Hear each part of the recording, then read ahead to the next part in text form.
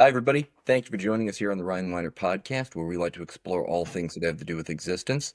If that is something that is of interest to you, I highly suggest subscribing and clicking the thumbs up button so you can get more great content like this. Today, we have a really wonderful guest, excuse me, Dr. Joseph Burkes, MD, who is a doctor of internal medicine, a researcher, and contact activist. And so he has had a very long uh, you just know a lot of stuff. I've seen you talk in other different interviews. You've got a great years of experience here with being a contact activist and making contact.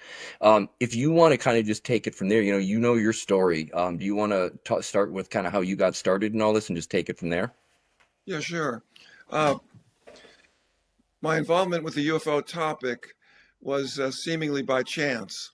However, as the years progressed and I became more and more involved in the topic, I realized that not only I was probably a contactee from early childhood, but every member of my initial contact team in Los Angeles, whether they remembered it or not, had responded to unconscious or subconscious guidance by non-human intelligence. So the chance was we had a building project in Los Angeles. I was a partnered member of a large medical group, and we were doing a renovation on the house, and things were going all wrong. The roof was off. It was raining. We had tarps everywhere. Babies were crying. I had two young children at home. The dog was barking. The cat didn't know where to go. And so I said, I need a hobby. And I remembered a line from a book called The House of God, which is a satire of Beth Israel Hospital. Okay. And one of the characters said that everybody needs a hobby. And that was the root of their misfortune, not having an exciting hobby. So I went to the local public library, and I was shown a bunch of books by the librarian. And I said, UFOs. I saw a book called The Amazing Gulf Breeze Sightings, written by Ed and Francis Walters back in the early 1990s. And there I was, and I picked up the book, and all of a sudden, not having given UFOs much of a thought for my first 41 years of life, I had read a book, I think Chariots of the Gods, when I was in medical school for entertainment. I loved Star Trek, of course, and Close Encounters of the Third Kind. But I read one book and then another, and I was really fascinated in the subject. I couldn't understand why. And then I attended a lecture, my first UFO meeting at UFO Expo West with Dr. Stephen Greer. At that time, we were both working emergency room. He was giving a lecture on Close Encounters of the Fifth Kind. He and I both have Jewish wives who are 5 or 6 years older than us. We both had young children at home. And we both had then a full head of hair. We were both blondes, or he was sort of a redhead. So we could have passed not for brother, but maybe cousins. So I was excited about his plan to facilitate encounters with non-human intelligence. And during the Cold War, I had been an activist in the the organization was Physicians for Social Responsibility. We were the national affiliate of an international organization called International Physicians for the Prevention of Nuclear War. And I had been an anti-nuclear activist during the 80s. And before that, I was a peace and social justice activist, again, working to end the war in Vietnam. So the idea of having citizens diplomacy, people to people, resonated with me. In this case, it wasn't human people. It was the non-human intelligences associated with the flying saucer phenomena.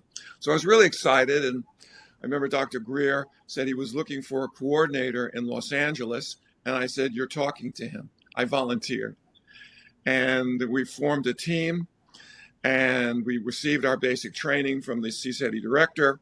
We were quite a high-powered team. I was surprised as to the quality and the dedication of the people who volunteered. We had eventually 3 physicians in the same medical group, which is, again, very unusual coincidence. We came forward from the Permanente medical group.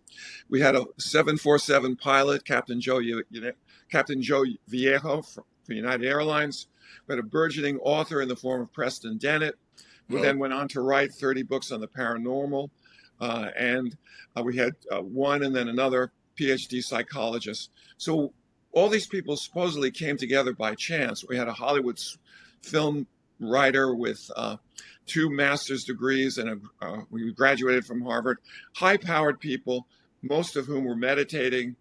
And as soon as we started going out into the field, after we had received basic training from CSETI director, we had our first sighting, which was quite amazing. So, and from there, one sighting after another, we had many exciting adventures in the Santa Susana Pass. Again, time and time again, we found ourselves being drawn to places adjacent to high security facilities. When we first chose the Santa Susana Pass location for our initial field work, we knew that the Department of Energy had a site, but it had supposedly been abandoned at that point. But I suspect it was not. But it was a very high-powered facility where they had had a number of UFO incidents that I was later to find out about. And as soon as we started doing field work adjacent, it was about 2 miles as the crow flies from the Department of Energy site, we encountered strong evidence of surveillance of our team. And this was a time that Dr. Greer was being shadowed by an individual by the name of John Peterson, a friend of CIA Director Woolsey. And Peterson had been following Greer around for many months, according to Grant Cameron's book, Managing Magic, where he describes the government's gradual acclimatization program. And so this high-powered former Navy aviator who had an institute called the Arlington Institute, which is a futurist think tank, was getting Dr. Greer involved with the intelligence community. But he had already had a commander in Navy intelligence who presented himself to Dr. Greer just 1 year after the CSETI organization was founded in 1990. And that was Commander Will Miller, who, according to Stephen Greer, showed up at his house in full uniform and said, "I want to help you in your outreach program." So the intelligence community has a track record of meeting with and working with not only UFO researchers, but also contactees. And so I suspect that we were drawn to do field work adjacent to military bases and security sites, not out of any intention of ours, but guided by the unseen hand of UFO intelligences to make the intelligence community and the U.S. military aware of Stephen Greer's prowess in terms of getting contact teams going and actually having interactions with physical craft. Okay. So do you want to kind of get into at that point then, once you had things up and running, and you were starting to then organize these groups, how did that, I guess, take effect maybe, or how did you start, or when you actually started getting people out and doing the field work, what were the kind of results you guys were getting, I guess, from that maybe? Yeah, there was, the training was a big part of it. In those days, it was formalized. Only people who had attended a workshop with Stephen Greer could be part of a working group. So they had contact with an excellent meditation instructor in the form of Stephen Greer. They were indoctrinated in the philosophy of one universe, one people. And our intention was that this was what we imagined was human citizen diplomacy, reaching out a hand of friendship to non-human intelligences. So everyone on the team had a very high level of motivation, and there was a high degree of unity among the team members. We would have business meetings. We would discuss our results. We would carry out both individual meditation on a regular basis, as well as group meditation, both in the field and during our social/business meetings. So when we started going out in the field, the first night we went once with Stephen Greer, we had a number of sightings. An amber golden globe appeared at the Santa Susana site. And this was at the northeast corner of the Los Angeles County in a community called Chatsworth that had a spectacular view of the entire San Fernando Valley. And this was adjacent to the Department of Energy site 2 miles away or so. And after Dr. Greer went back to Asheville, North Carolina. We then went out into the field ourselves. And the first night, we had some pretty amazing results where we'd have lightning like flashes that turn night into day with no associated thunder. And this happened repeatedly in a very strange atmospheric presentation. In addition, red orbs appeared at our research site, and they slowly drifted following us as we marched over the hill that separated us between the 118 freeway and our research site, with this spectacular view of the San Fernando Valley.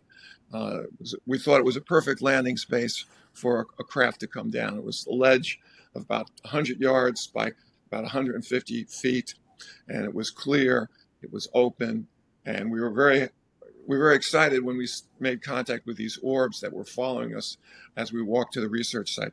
And then later, the orbs in a kind of peekaboo activity would slowly climb up over Rocky Peak State Park to our north, which was a wilderness state park, stay use only, but we changed that because we wanted to do field work there, because the orbs that we were seeing seemed to be coming from Rocky Peak State Park, and they would go up, up, up in the sky, totally silent, red orbs, then slowly descend, sort of like peekaboo behind the ridge line. Another field investigation during that first month was quite dramatic, and that as we had completed the protocols, we were climbing back down towards the 118 freeway, and as we got to, it's very sort of significant, we had designated a safe area because the CSETI director had advised us that some people can become quite anxious and overwhelmed by craft or communication with the intelligence. So we had not only a buddy system where people would keep an eye on each other, but also had a safe area where if the events got too much, you and your buddy would go to the safe area sort of to calm down. So as we're walking down this hillside, exact point where our safe area was, we see two flashes of light coming from the ridge line, and they're about 1,000 feet away across the freeway. We noticed that on one ledge, a very powerful light was beaming towards us. And then on the sheer rock face, about 100 feet away, where there was no place to stand, another light was flashing at us. And one of the members of my team, Alex Ayers, who was the Harvard graduate film writer, he had received a telepathic communication that might facilitate us understanding that we were in communication with the intelligence. So we were using in those days these old 50,000 candle halogen lanterns that were very bright, but they were heavy and they required an old a 6-volt battery to lug around with the thing. And so Alex Ayers said, why don't you try this sequence, which he was told in a telepathic communication would signify that we had what was called photon talk, where you're operating back and forth, signaling back and forth. He said, why don't you try this, Joe? He said, flash, wait 3 seconds, then 2 flashes, flash, flash, then wait 3 seconds, 3 flashes. So at the one light that seemed to be signaling at us directly from the ledge, I carried out that sequence. And remember, this was a very primitive light that we were using. They called it the light bazooka, which was kind of funny because here we are in a citizens diplomacy for peace, and I'm signaling at them with this light bazooka, you know. Yeah. But when you release the trigger on the light, it takes about a second for it to fade out. But the light that was signaling at us was a strobe. And the first time, I got no response from the light. The second time, something really uncanny happened. I signaled flash, and even before the light faded out from mine, I got an immediately a strobe reply. Flash, flash, immediate reply, strobe, strobe. Then 3 seconds later, flash, flash, flash from me, and again, 3 strobes signaling back at me. It was as if there was a connection between my trigger finger and the object. We could not reproduce those kinds of results with our primitive equipment. And yet the intelligence behind the phenomena was demonstrating that we were engaged in what we called then photon talk, signaling with lights in an intelligible manner. And that was pretty exciting. In addition, the light that was lower down on the rock face was signaling to the southeast. And one of the people on my team was a respiratory therapist in my hospital. Again, we met by chance at Dr. Greer's workshop.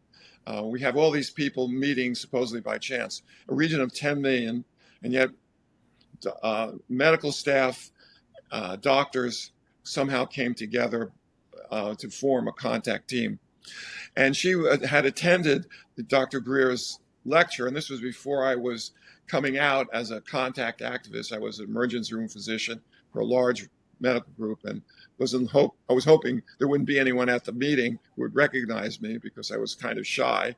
And then Shirley Jones turns around at that meeting where we were trained by Dr. Burkes in the workshop and says, "Oh, Dr. Burkes, I didn't know you were interested in UFOs." She's sort of shouting out across the room, which Yeah. is really, it was kind of awkward. But in any case, during our first month of field work, when we were signaling at these lights, she had to leave early because she had a shift the next morning at the hospital as a respiratory therapist.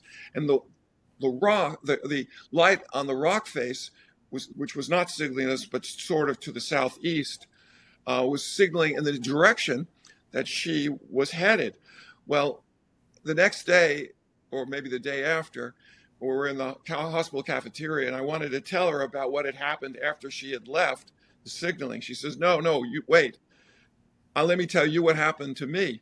And what happened was she was driving back across the San Fernando Valley in a southeasterly direction, and she was driving her Chevy Astro van. It was in the very dark, middle of the night, and all of a sudden her car starts shaking violently. And we both had spent time in New York City. I grew up in New York City, and she lived there as a young person. And she said it was like going over those cobblestones in New York. The roads in those days were under terrible disrepair. And her car was shaking violently. She thought maybe she blew a tire, or maybe it had gone over railroad tracks. So she stopped the vehicle, and she was very careful. She got out of the vehicle looking around, because this was not far from Box Canyon, where the murderous Manson family had Yeah. planned their violent escapades, which was shown in that movie recently, Once Upon a Time in Hollywood. Yeah. So a single woman driving alone in the middle of the night near Box Canyon, she got out of the car carefully, and then she looked up towards the Santa Susana Pass, where we had just completed our protocols, and she saw the light from the rock face signaling at her. So again, confirmation, not Yeah. only that the intelligence behind the phenomena could communicate with us, but they could manifest a physical effect of shaking her vehicle. There was no railroad track she went over. Right. There was no cobblestone. It was well asphalted road. So you get the impression that we're recognized by the intelligence, and they're engaging us in rather subtle ways. Yeah, absolutely. That leads us into a great thing. Okay, so here's my question. And so this is one of the things that there's a lot of narratives out there about and a lot of different ideas on, and that's going to be obviously who is it you're communicating with. In my opinion, we've obviously got humans that have nabbed up this different technology and are using it for their own various things, without us knowing it. But when it comes to what we're thinking of in the way of extraterrestrial intelligence or non-human intelligence, sometimes people say, I don't know if I'm necessarily communicating with these humanoid things like me in a craft that's flashing lights to show me it's there, or is what you're seeing more like the hand of a much larger type of phenomenon that's able to communicate with people that isn't necessarily as limited in form as we might think from where we come from as humans? Well, in terms of the ET groups that we were engaged with, or believed we were engaged with, it was always the Greys. Dr. Greer's initial experience when he was a teenager, when he has memories of being taken aboard craft and meditating. This is described in his book, Forbidden Truth, forbidden knowledge, hidden truth, he interacted with the Greys. So we always assumed that we would make contact with that ET group because that was the network that had empowered him to create the CE5 initiative.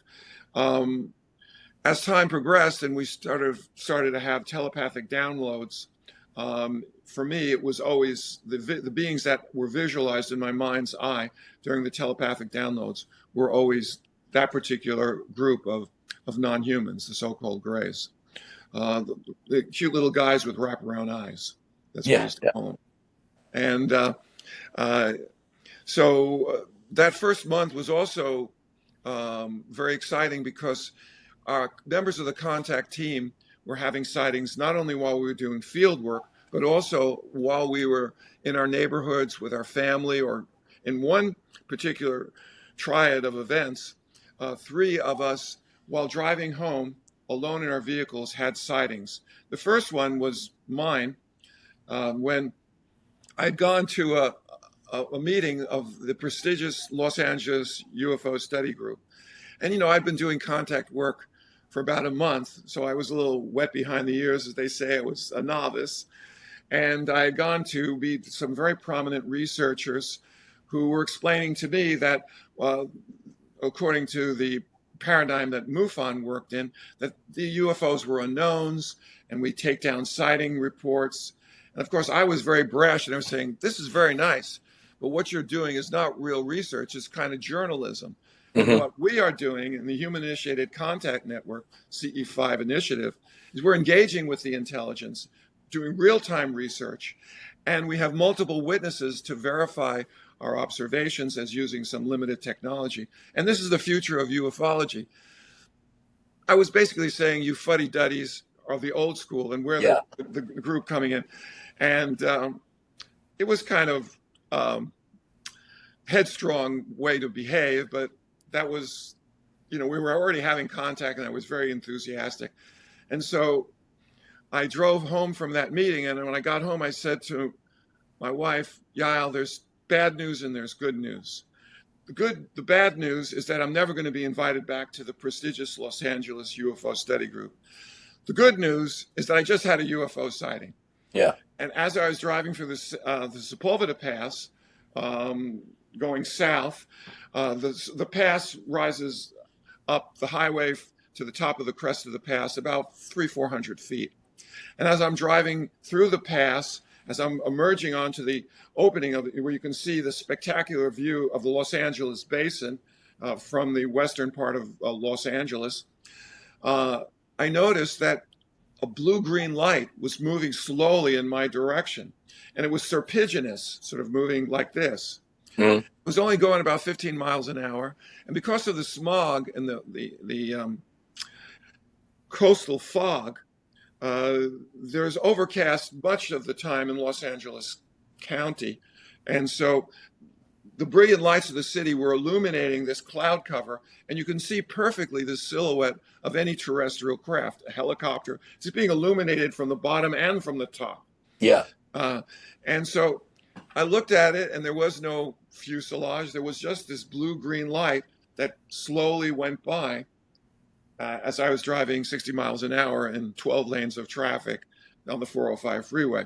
yeah, The next sighting happened to someone who was not in our team yet, but was Dr. Eve Gordon.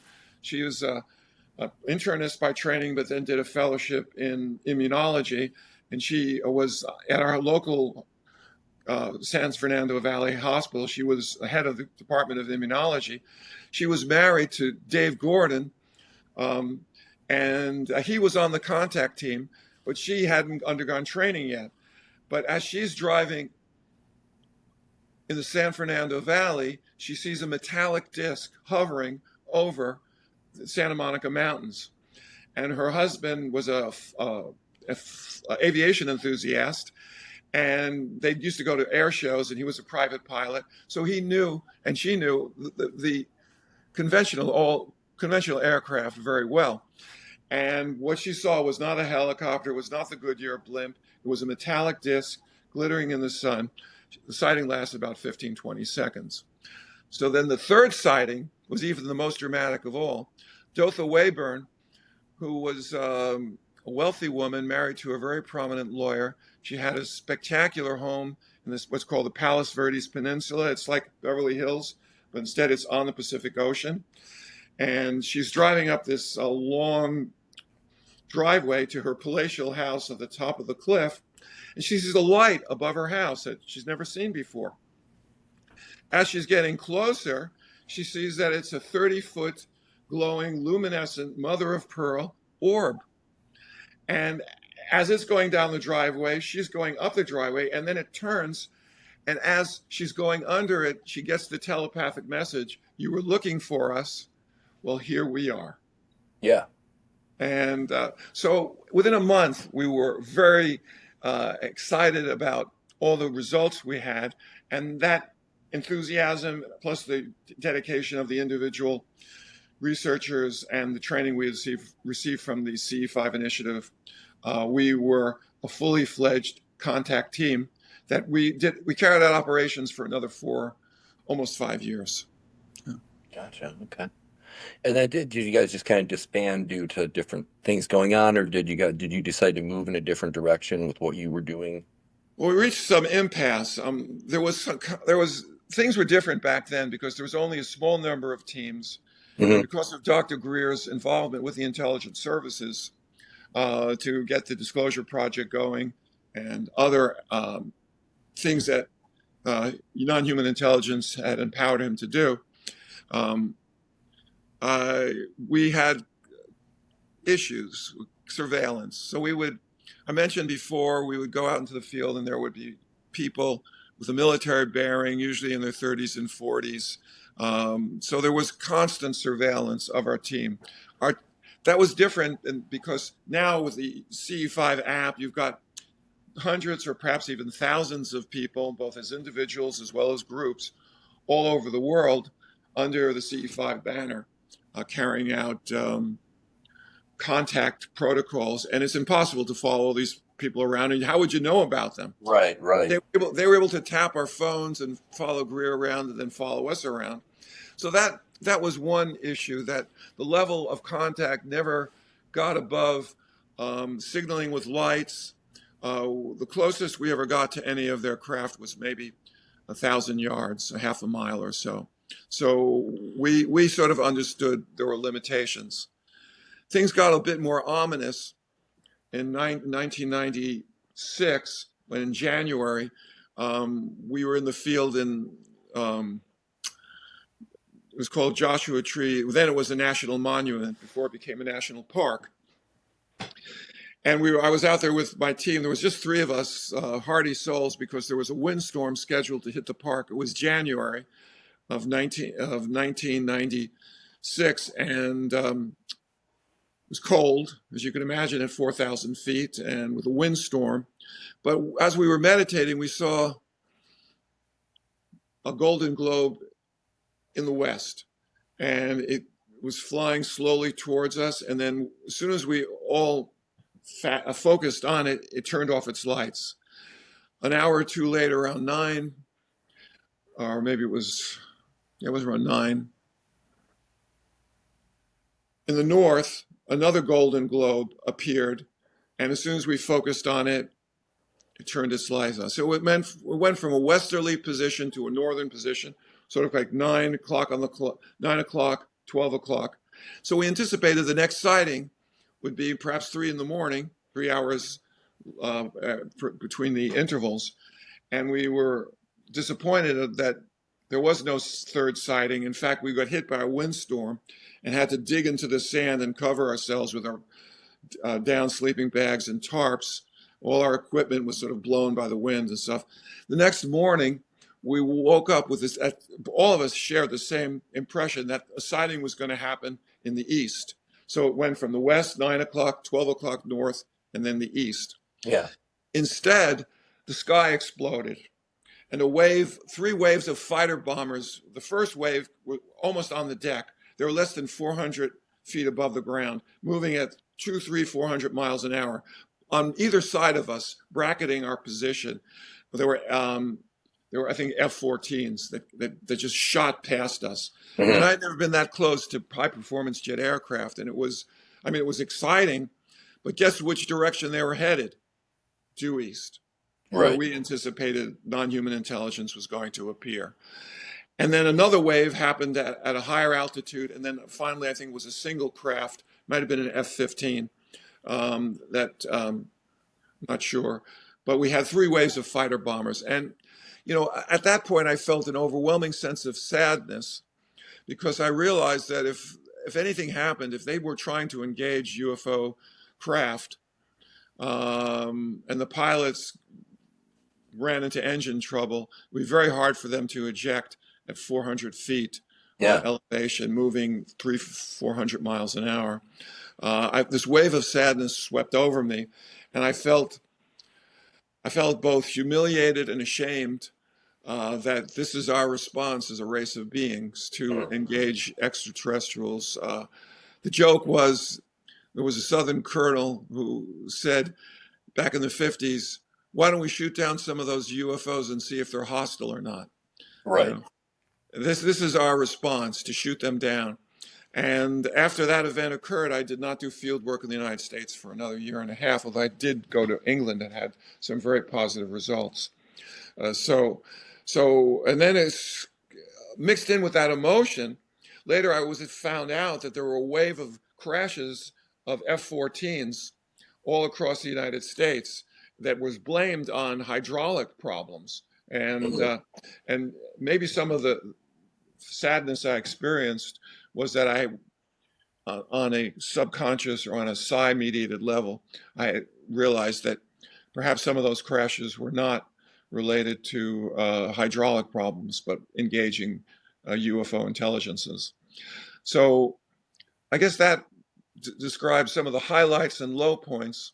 You ask what happened. It did peter out because people got tired of going out for all-night vigils and maybe seeing a set of golden globes and very limited interactions like Mhm. signaling.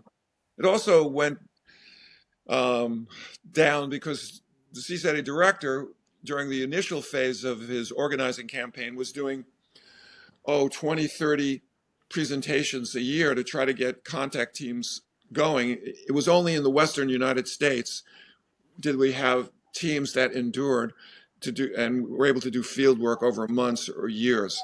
And those were the cities of first in Denver, where he met Sherry Adamek, who was his assistant, and who was the guy, really the leadership of the CE5 initiative. Because whenever you asked Dr Greer for help, he would always say, "You're smart, you go figure it out." And then we'd end up calling Sherry Adamek, and she would give us assistance in terms of. So she was in Denver, then L.A., and then Wayne Peterson was the team coordinator in Phoenix. And then we also had a contact team that established Terry Tabando in Vancouver. So it's mostly on the Western North American sector where we had working groups that were able to do contact. And then as Dr. Greer's interest in the disclosure project increased and all his energy was going interacting with the intelligence services, vetting witnesses, and leading up to the dress rehearsal in 1997 of the meeting behind closed doors. Those were the hearings that had happened. Where afterwards, in April of 1997, he went to meet uh, uh, Admiral Wilson, where the discussion occurred that eventually led to Wilson penetrating one of the uh, reverse engineering programs and being told did not have a need to know, even though he was Right. scheduled to be head of the Defense Intelligence Agency and was the intelligence officer for the Joint Chiefs of Staff. So I got to see all that in preparation, but because he was putting his energy into into the Disclosure Project, or Project Starlight as we called it back then, instead of the CE5 initiative, the network slowly petered out. And then Shari Admack got sick and died in 1998. And I left the CE5 network in 1998 after some threatening phone calls were made by people from the intelligence community told me it would be better for me if I got out of CSETI. It was a very sad part of my life because I had kids who were growing up. I wanted to be around to help them get through college, and the presence of intelligence officers or military types at our research sites, plus the waves of UFO, the waves of fighter bombers that appeared over our UFO research site were all pretty discouraging to us. Yeah. Yeah, no, that sounds like that would be. I don't see it going your way. Um, Something you start talking about, you spoke about doing downloads, like communication downloads with the Grays. One question I had was, how did that go? And then has it ever evolved into, do you have any contact with any other particular groups out there or anything like that? Like, No. psychically or anything? Most of my work was during that 5 year period. Now it's over 30 years ago that we started. Um, the contact downloads happened as a result of a request. I had experienced some trepidation in the field um, when UFO beings were all around us, and I was frightened, and I felt dismayed that here I was leading a contact team, and I was scared. So I needed to have a boost in my psychic ability. I needed to have more intimate contact with them in order to overcome what I thought was a significant amount of fear. And they granted that to me, and that's when the contact downloads started. And that included a heads up where, while meditating with my team, I would receive a message where the location in the sky and the number of craft that were going to show up. I'd get a message 2 to 3 hours, and I would share that information with my coworkers. And sure enough, on 2 occasions, the UFOs showed up exactly as I had been advised. So I was able to verify that I was receiving communication from a non-human source that was associated with the phenomena. So that was all very heady, and I was channeling or having downloads and detailed explanations as to the intelligences behind the project. Got to encounter beings. Um, some of them on more than one occasion. I met them in my mind's eye. They were like dreams, but you were awake. Right. And when the dream was over, you remembered it perfectly, unlike dreams that quickly, evanescently disappear and you can't remember them. And, I remember those contact downloads. I wrote them down, of course, too, but the memories of them are quite vivid even to this day, and the information that I received. So after '97, I did '98 when I left CSETI. I worked with Mission Rama. The Rama network had contacts with other groups um, and more of the human appearing ETs. And I worked with Fernando Lamaco, who was the coordinator. He was a retired dental surgeon, and I had associated with his network for about 20 years, doing field work, the Rama, and so. But as time goes on, the energy goes down. I'm now in my 8th decade of life. I joined the Contact Network when I was in my early 40s. And I'm so happy. I watched that interview between you and Ms. Konecki, um, and I see a next generation of contact workers are coming forward. That was a marvelous interview. Anyone who's seeing me today, please check out that video. I'm very impressed by the wisdom of the young people who are um, carrying the banner of human-initiated contact forward. Yeah, absolutely.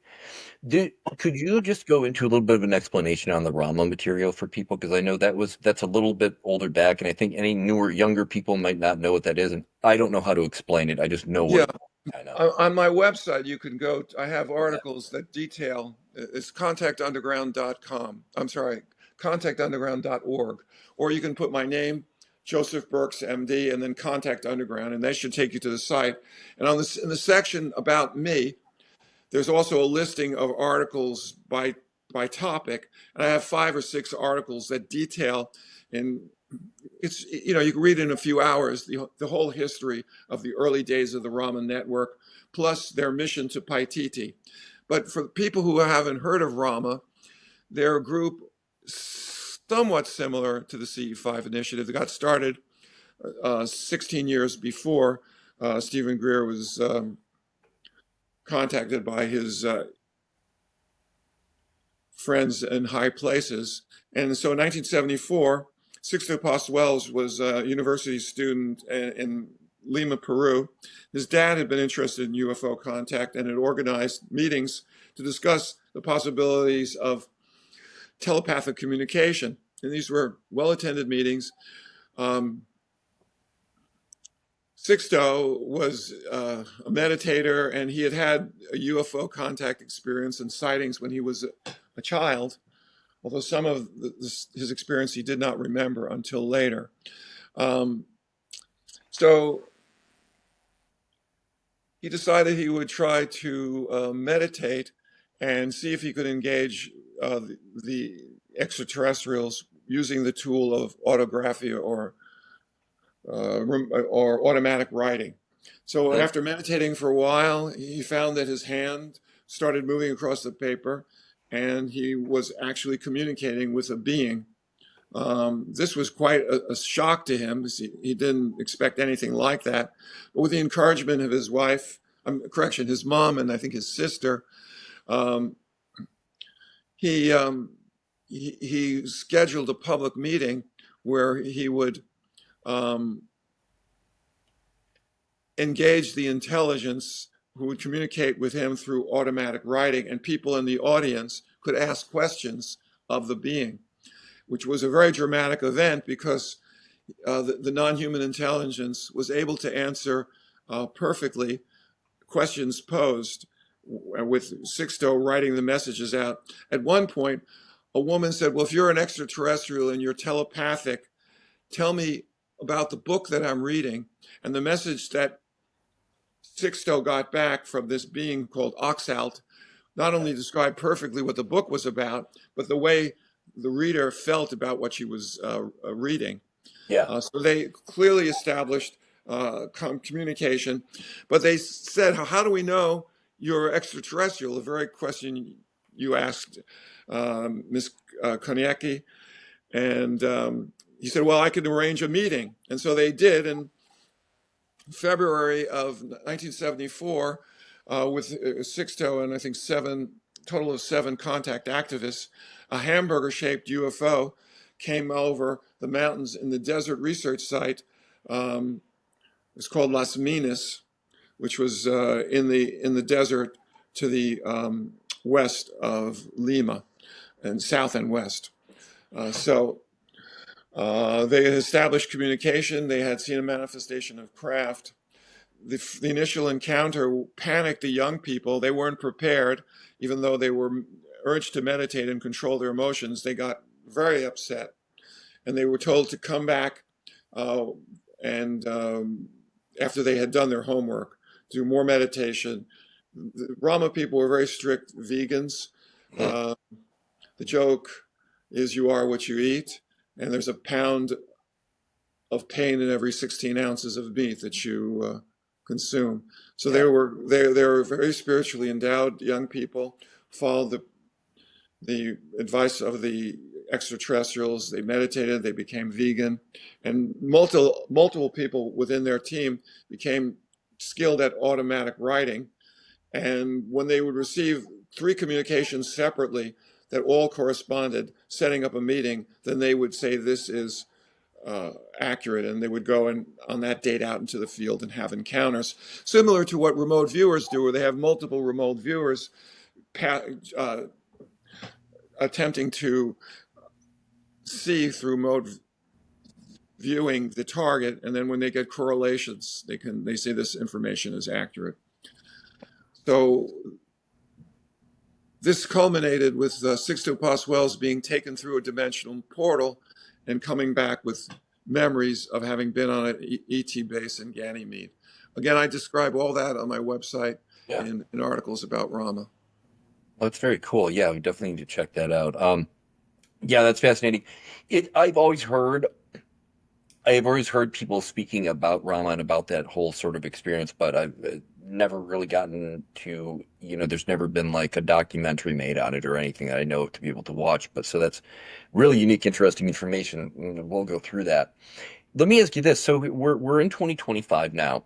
And from the experiences you had in the past, I don't know if you kind of took a break from doing the CE5 type of stuff.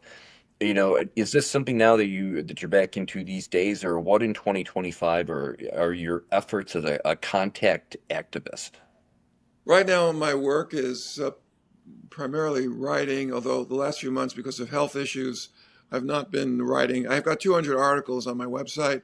Mhm. I go through the whole history of my involvement with the CE5 initiative, where you can, several dozen reports where you can read about what happened, and the challenges we faced, our successes, and some of our failures.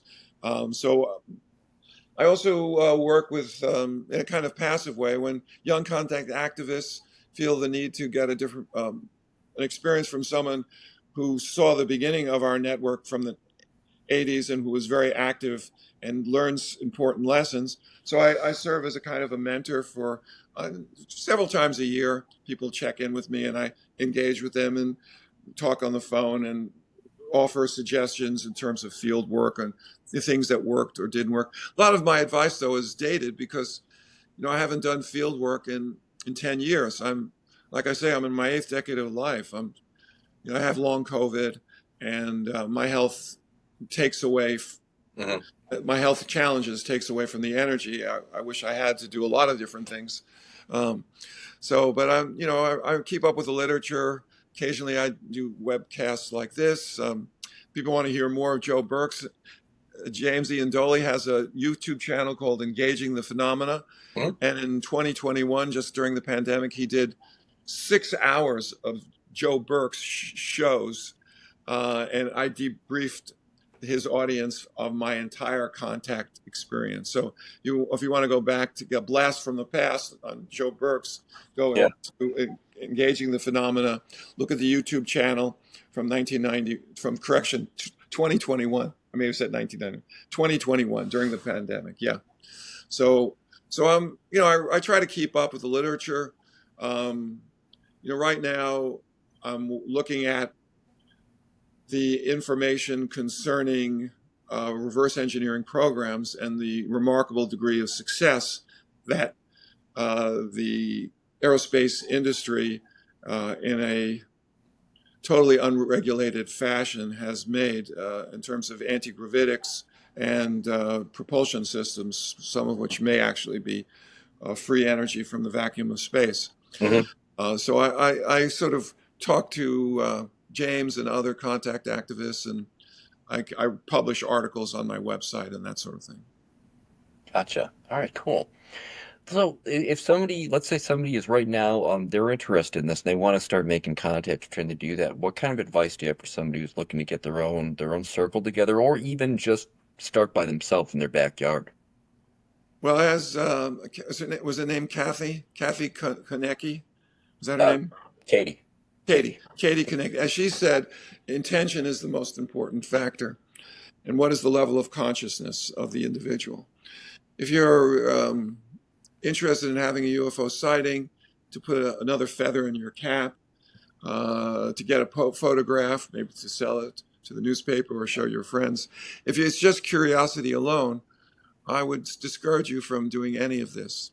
If, however, you are a contact experiencer, someone who has memories of previous sightings, and I believe that almost everyone has had a bona fide UFO sighting, has a consciousness connection with Hmm. the phenomena.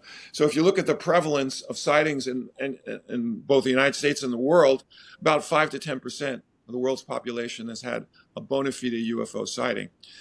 And if you imagine, as I do, that whether they remember it or not, they have a relationship with the intelligence, because a lot of these sightings they're just displays. They're just showing up to show you that they're there. And Yeah. because they're totally telepathic, it's not unreasonable to assume that they have established some connection with the people they're displaying themselves to. So that translates to hundreds of millions of people, perhaps 300 to 700 million people on the planet have had sightings, or therefore, in my definition, are contact experiencers, and often people will get involved because they had a sighting and they want to further the contact that already has, or there's someone in their family has had a sighting. So if it's curiosity alone, I would say I would encourage you to do that. I think people need to do their homework, as Katie explained, meditate on a regular basis, learn about who we are before you try to find out who they are. And if you believe that we are conscious, intelligent creatures that are physical in nature, and if you believe that non-human intelligence, the beings, are also physical in nature and are also awake and conscious as we are, then you have to ask the question, what do we have in common with them? Well, the atoms in our bodies were created in supernova that exploded, fusing hydrogen to helium and then all the other higher elements. And then when supernovas explode, fusion forms iron and higher elements that are incorporated into our body. So in a sense, we're star dust. Yeah. And if the extraterrestrials are not an intelligent form of energy, but are physical beings, they went through a similar evolutionary process. So on a very physical basis, we have something in common. We are both made from stardust. And if you believe that they are awake and conscious as we are, and know that they're awake and conscious, then consciousness can be what Greer called, as he said, a director called the golden thread that links us to not only extraterrestrials, but to every conscious, intelligent being in the universe. So if you want to do this volunteer work as an expression of brotherhood and sisterhood made large, if you believe in the utility of not only one planet, one people, but one universe, one people, then I would encourage you to do this work. That's perfect. That's awesome. Let me ask you this. So, this can be as vague of a question or something more nailed down. But when we talk about consciousness and the field of quantum mechanics and the way that everything's put together physically in the universe versus the non-physical and everything, what do you have a theory on how all that kind of fits together? You mean a theory of everything? Yeah, yeah, exactly. Yeah, what's your theory of everything? What's going on? I Yeah, think yeah. that However you want to answer that there. the theory is, materialism is a philosophy and idealism is a philosophy. Materialism says that the universe is made up of atoms and energy and quarks, and that consciousness is something that arises out of matter. Some materialists actually say consciousness doesn't exist, it's an illusion, which of course is completely crazy. Yeah. Because although materialist science has had tremendous success in raising the standard of living, of producing life-saving and health-preserving medicines and technologies, that it's very successful, it's limited. Perfect. Awesome. Dr. Burke, thank you so much for having time to talk to us today. Absolutely wonderful, and hopefully we will get a chance to talk about this sort of stuff in the future when we get some landings or something going on here, some first contact type stuff.